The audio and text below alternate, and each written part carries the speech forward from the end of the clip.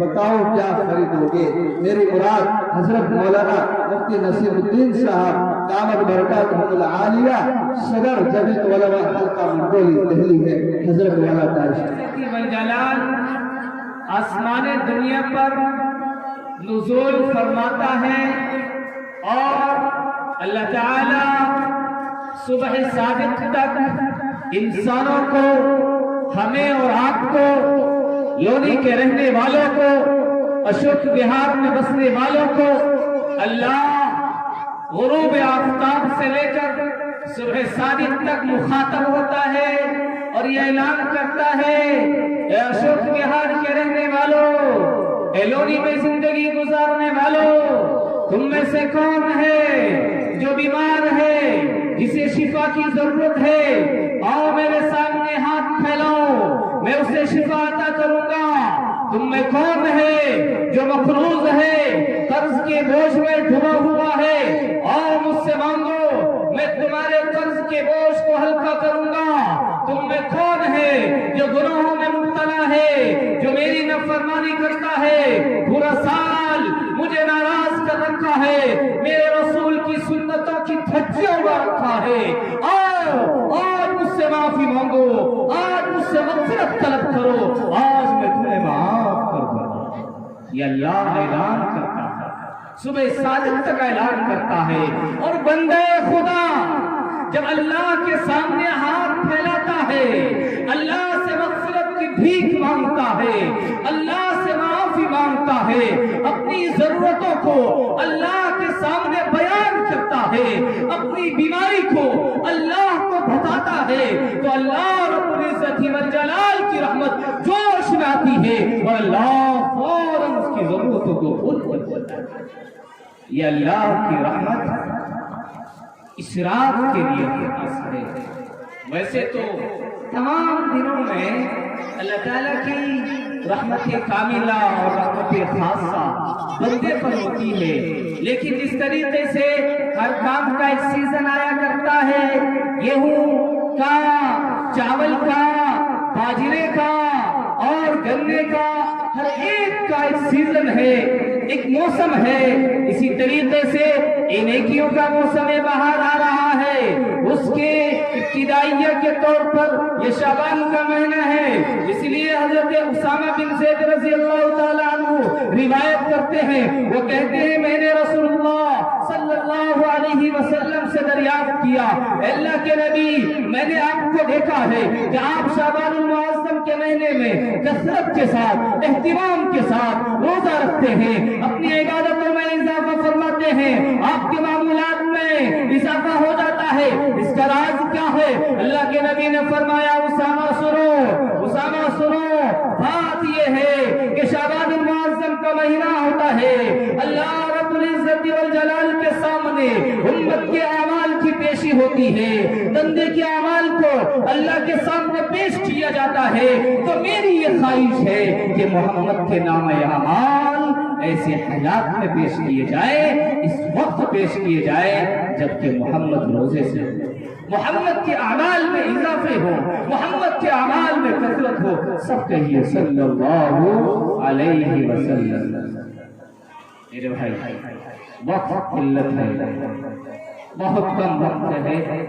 شعبان المعظم کی فضیلت، شب برات کی فضیلت آپ رات بخوبی سنتے ہیں، لیکن افسوس اور قابل غور بات یہاں پر ایک یہ ہے کہ شعبان المعظم کے اس پوتر مبارک محتفظ شاہ باعظمت بافضیلت کہنے میں یہ شب برات کی جو رات ہے، اس رات میں اللہ رب العزت والجلال حضرت عائشہ کی تقریباً روایت ہے، حضرت عائشہ کہتی ہے کہ اللہ کے نبی نے فرمایا کہ شب برات کی رات میں اللہ تعالیٰ قبیلہ بنو کلب کے بکریوں کے بالوں کے برابر امت کو، انسانوں کو جہنم سے آزاد فرماتے ہیں۔ قبیلہ بنو کلب کی بکریوں کے بالوں کی تعداد کے مطابق آپ تصور کی دنیا میں جائیے، کیا ہم میں سے، آپ میں سے کوئی انسان کسی ایک بکری کے بدن کے بالوں کو گن سکتا ہے؟ بتائیں۔ کسی بکری کے بدن کے بال کو کوئی انسان نہیں گن سکتا، لیکن نبی نے فرمایا کہ اللہ تعالیٰ قبیلے بنو کلب کے بکریوں کے بالوں کے برابر، تو مطلب یہ ہوا کہ جس طریقے سے بالوں کا گننا مشکل ہے، ایسے ہی اللہ تعالیٰ اتنے لوگوں کو جہنم سے آزاد فرماتے ہیں جن کا گننا مشکل ہے، جن کی کوئی تعداد نہیں ہے۔ ہم اور آپ یہ دعا کریں کہ اللہ تعالیٰ ہمیں بھی ان میں شامل فرما لے، سب کہیے آمین آمین۔ لیکن ساری فضیلت ہے ایک جگہ، نبی کا فرمان ایک جگہ، دوسری حدیث میں اللہ کے نبی صلی اللہ علیہ وسلم نے ان فضیلتوں کو ایک طرف رکھنے کے بعد پھر فرمایا، اے اشوک بہار والوں، اے لونی والوں، اے انسانوں، اے مجھ پر ایمان رکھنے والوں، اے میری رسالت کا اقرار کرنے والوں، یہ ساری فضیلتیں ہیں، اللہ معاف کرتا ہے، لیکن چند وہ لوگ ہیں جن کی اللہ تعالیٰ اس پوتر مبارک بعظمت بفضیلت رات میں بھی بخشش نہیں کرتا۔ وہ کون لوگ ہیں؟ وہ کون لوگ ہیں جن کی اللہ تعالیٰ اس مبارک رات میں، جس میں اللہ کی رحمت جوش میں ہے، جس میں اللہ تعالیٰ آسمان دنیا پر نزول فرمائے ہوئے ہیں، اللہ اپنی رحمتوں کو بچھانے کے باوجود بھی وہ کون لوگ ہیں جن کی اس مبارک رات میں اللہ معاف نہیں کرتا ہے؟ میرے بھائی تصور کی دنیا میں جائیے، وہ لوگ ہیں ان میں سے پہلے نمبر پر شراب کے عادی ہیں، جو اپنے آپ کو شراب کے نشے میں مبتلا رکھتے ہیں، جو شراب پینے والے ہیں۔ میرے نوجوانوں جو گھروں میں لیٹے ہو، میری باتوں کو سن رہے ہو، سنو، اشوک بہار کے رہنے والوں سنو، میرے نوجوانوں جو شراب میں مبتلا ہیں، جن کی شراب کی نشے کی عادت ہے، جو شراب کی نشے کی لت میں مبتلا ہیں، اللہ کے نبی نے فرمایا اس مبارک اور پوتر رات میں جو آدمی شراب کا عادی ہوتا ہے، جو آدمی شراب میں مبتلا ہوتا ہے، اللہ تبارک و تعالی اس مبارک رات میں اس کی مغفرت نہیں کرتا۔ میرے بھائی شراب کی نحوست بہت خطرناک ہے۔ شراب کا مطلب صرف وہ شراب نہیں ہے جن شرابوں کو ٹھیکے سے آپ خرید کر لاتے ہیں، اپنی پارٹیوں میں سجاتے ہیں، نوجوان اپنی پارٹیوں میں مشروب کے طور پر اس کو استعمال کرتے ہیں۔ نہیں، شراب کی تعریف عربی زبان میں مخابرت عقل ہے، جو ہر ایسی چیز جو عقل کو ڈھانپ دے، ہر ایسی چیز جو عقل پر غالب آ جائے۔ اب شراب کے اندر وہ ساری چیزیں آئیں گی جن چیزوں کے ذریعے عقل کو چھپایا جاتا ہے، جن چیزوں کے ذریعے عقل کو ڈھانپا جاتا ہے، جن چیزوں کے ذریعے انسان مدہوش ہو جاتا ہے، جن چیزوں کو پینے کے بعد انسان کو احساس نہیں ہوتا ہے۔ میرے سامنے میری ماں بیٹھی ہے یا میری بہن بیٹھی ہے، میرے سامنے میرا باپ ہے یا میرا بھائی ہے، اسے کچھ پتا نہیں چلتا ہے، وہ شراب کے نشے میں مدہوش ہوتا ہے۔ اللہ کے نبی نے فرمایا جو شراب کے نشے کا عادی ہوتا ہے، اس مبارک رات میں بھی اللہ تعالیٰ اس کو معاف نہیں کرتا۔ کتنے بڑی سوچنے کی بات ہے۔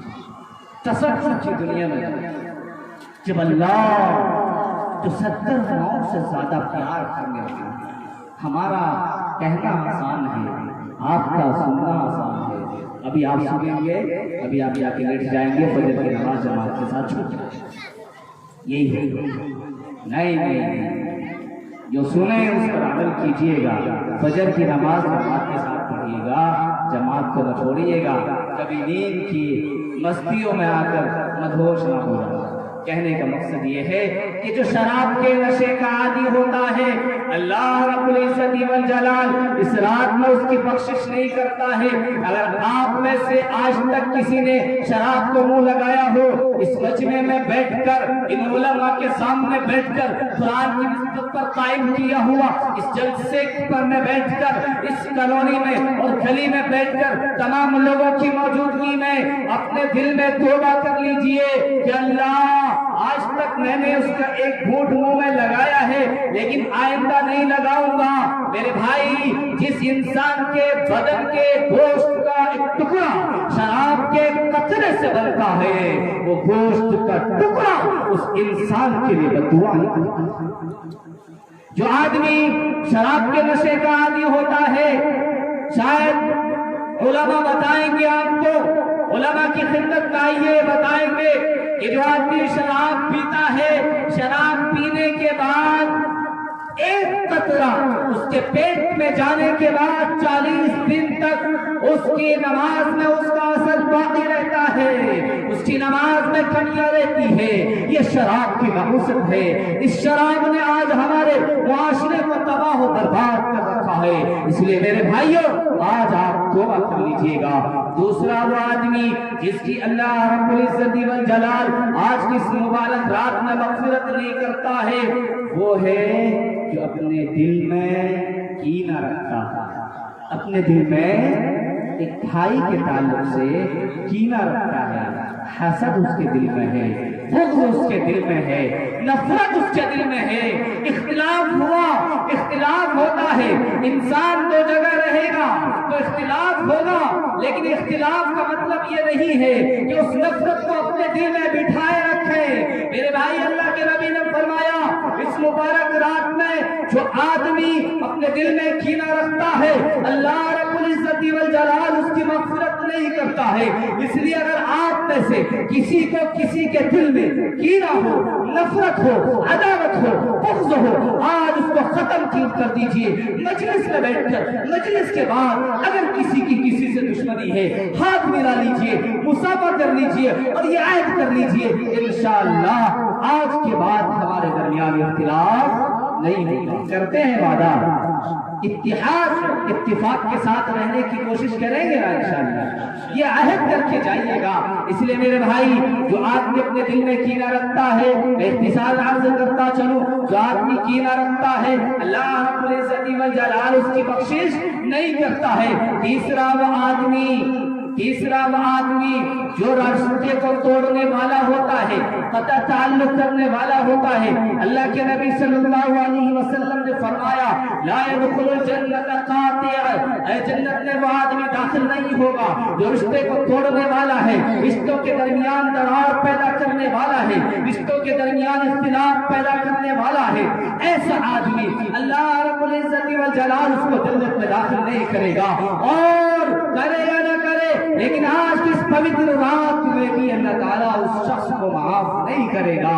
اس لیے اگر ہم سے، آپ سے، محلے والوں سے کبھی یہ غلطی ہوئی ہے تو آج اللہ سے معافی مانگ لیجئے، اپنے رشتہ داروں سے معافی مانگ لیجئے کہ آئندہ ہم ایسی غلطی نہیں کریں گے۔ چوتھے نمبر پر جن کی اللہ تعالیٰ اس رات میں بخشش نہیں کرتا ہے وہ ہے جو اپنے ماں باپ کا نافرمان ہے، والدین کی نافرمانی کرنے والا ہے۔ یاد رکھیے وہ والدین، وہ ماں جس نے آپ کو 9 ماہ اپنے پیٹ میں رکھا ہے، جس نے آپ کے درد سہ کو سہا ہے، برداشت کیا ہے، اس نے آپ کو 2.5 سال دودھ پلایا ہے، وہ باپ جو آپ کی تربیت کے لیے، وہ باپ جو آپ کو روٹی کھلانے کے لیے در در کی ٹھوکریں کھاتا ہے، صبح نکلتا ہے شام کو واپس آتا ہے، نہ جانے کہاں کہاں پریشان ہوتا ہے، صرف اس لیے کہ میرے بیٹے کی، میری بیٹی کی دو وقت کے لیے 2 روٹی مل جائے، اس کا پیٹ بھر جائے۔ لیکن آج جب وہ بیٹا،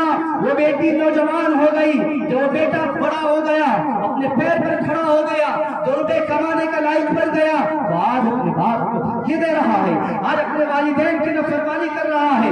باپ کہہ رہا بیٹا ادھر چلو، بیٹا دائیں طرف چل رہا ہے، باپ کہہ رہا ہے بیٹا جنت کے راستے پر چلو، تو بیٹا جہنم کی طرف جا رہا ہے۔ میرے بھائی جو آدمی ماں کا نافرمان ہے، جو آدمی باپ کا نافرمان ہے، وہ سجدے میں گر جائے، وہ قرآن کی تلاوت کر لے، وہ اللہ کے سامنے رو لے، لیکن اللہ تعالیٰ اس کو معاف نہیں کرتا ہے جب تک کہ اس کے والدین سے معافی نہ مانگے۔ اس لیے ہم میں جو لوگ بیٹھے ہیں ہر ایک کو چاہیے کہ اپنے والدین سے معافی مانگ لے. ہم نے کبھی اپنے ماں باپ کے سامنے بلند آواز سے بات کی ہو, ہم نے اپنے ماں باپ کے سامنے ان کی گستاخی کی ہو, تو آج معافی مانگ لیجئے گا. کیوں؟ اس لیے کہ اللہ رب العزت والجلال نے قرآن میں 5 مقامات میں اپنی عبادت کے بعد رسول کی اطاعت کا حکم نہیں دیا, بلکہ ڈائریکٹ اللہ تعالیٰ نے ماں باپ کی اطاعت کا حکم دیا ہے, ماں باپ کے ساتھ حسن سلوک کا حکم دیا ہے. وَقَضَىٰ رَبُّكَ أَلَّا تَعْبُدُوا إِلَّا إِيَّاهُ وَبِالْوَالِدَيْنِ إِحْسَانًا إِمَّا يَبْلُغَنَّ عِندَكَ الْكِبَرَ أَحَدُهُمَا أَوْ كِلَاهُمَا فَلَا تَقُل لَّهُمَا أُفٍّ. اللہ نے فرمایا کہ جب تمہارے ماں باپ بڑھاپے کو پہنچ جائے تو ان کو اف بھی مت کہنا. اف کا مطلب یہ ہے کہ باپ نے کہا بیٹا, ماں نے کہا بیٹا دکان پر جا کر سودا لا کر دے دو. بیٹے نے منع نہیں کیا کہ ابا میں نہیں جا رہا, بیٹے نے یہ نہیں کہا کہ ابھی میں نہیں جا رہی, لیکن صرف اس کے دل میں یہ خیال آیا, اس نے اپنے چہرے کو بنایا, اس نے کہا, اس نے دل میں خیال اور تصور کیا مجھے کھیلنے کے لیے جانا تھا, مجھے دوستوں کے ساتھ تفریح کے لیے جانا تھا, میرے باپ نے مجھے دوسرا کام بتا دیا. اس کے دل میں وہ بات ناگوار گزر گئی.